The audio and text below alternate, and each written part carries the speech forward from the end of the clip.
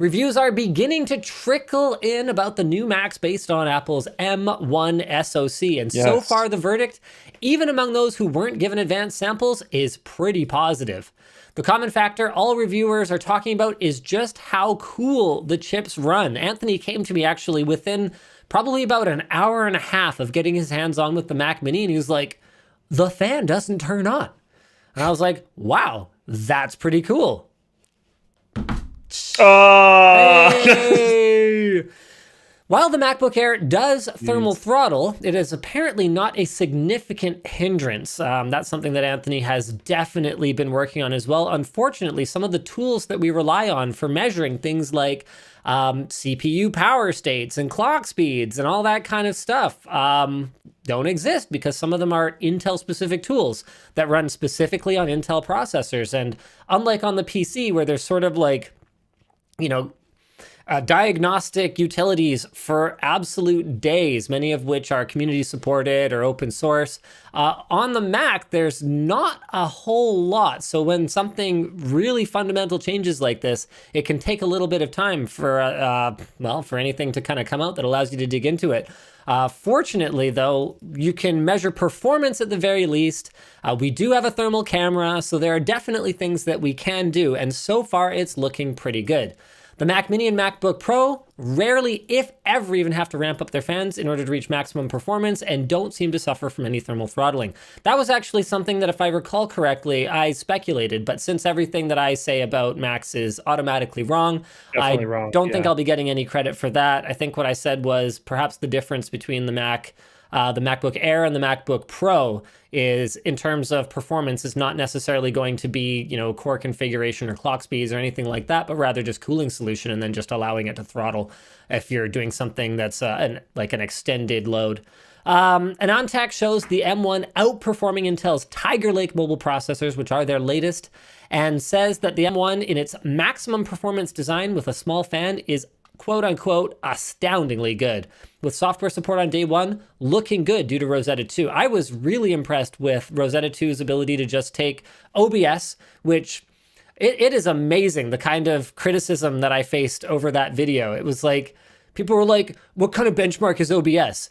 OBS is a benchmark of, here's a random utility that's pretty That niche. a lot of people, That yeah. does not have a native version for M1, and I'm gonna just install it and see what happens. And I'm gonna screen capture and encode video, and It's a very industry. It's definitely niche, but it is a very industry tool. It is used by almost everyone that does things that OBS could be used for. so it's like, what kind of a benchmark is that? I don't know, a interesting one.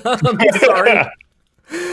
So Rosetta 2, for those not familiar, is Apple's x86 emulation layer that allows Apple Silicon Macs to run software that has not yet been optimized for the new hardware. Now, typically, this incurs a massive performance penalty. So if you look at something like, emulation, even emulating a GameCube game, you need a PC that is many times more powerful than a GameCube to play like Spider-Man or whatever. So clearly what Apple's doing is not emulation in a traditional sense.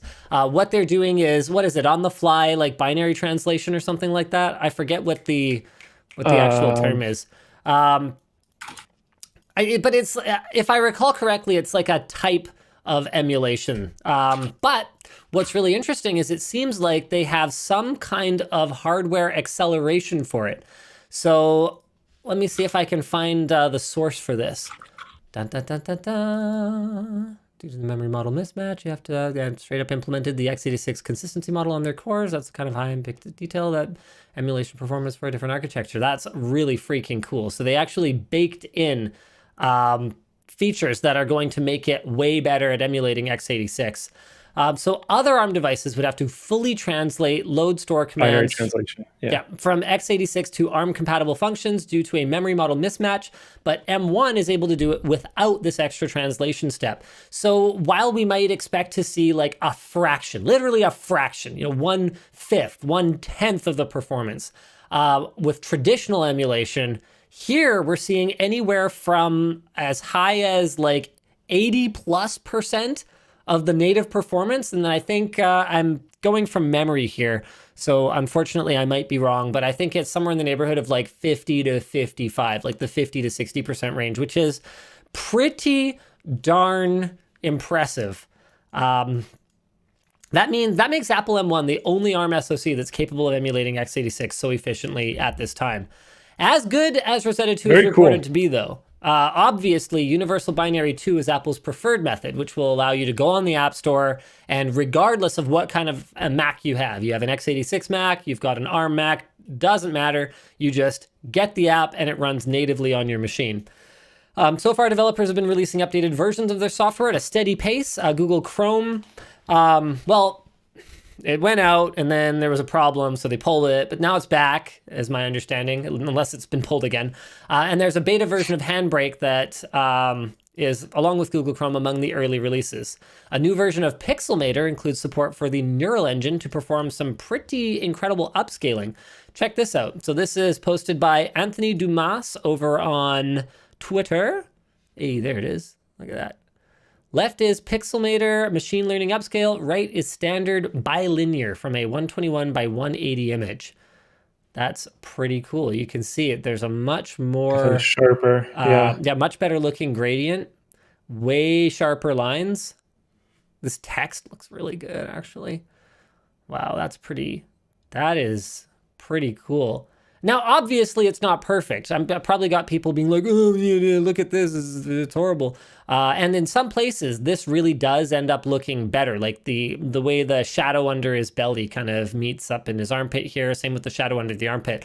But the difference is that this, with a little bit of cleanup, is going to look better than this with a lot of cleanup. That's the difference. Neither of them is giving you a perfect result out of the box, but that's not really the intent.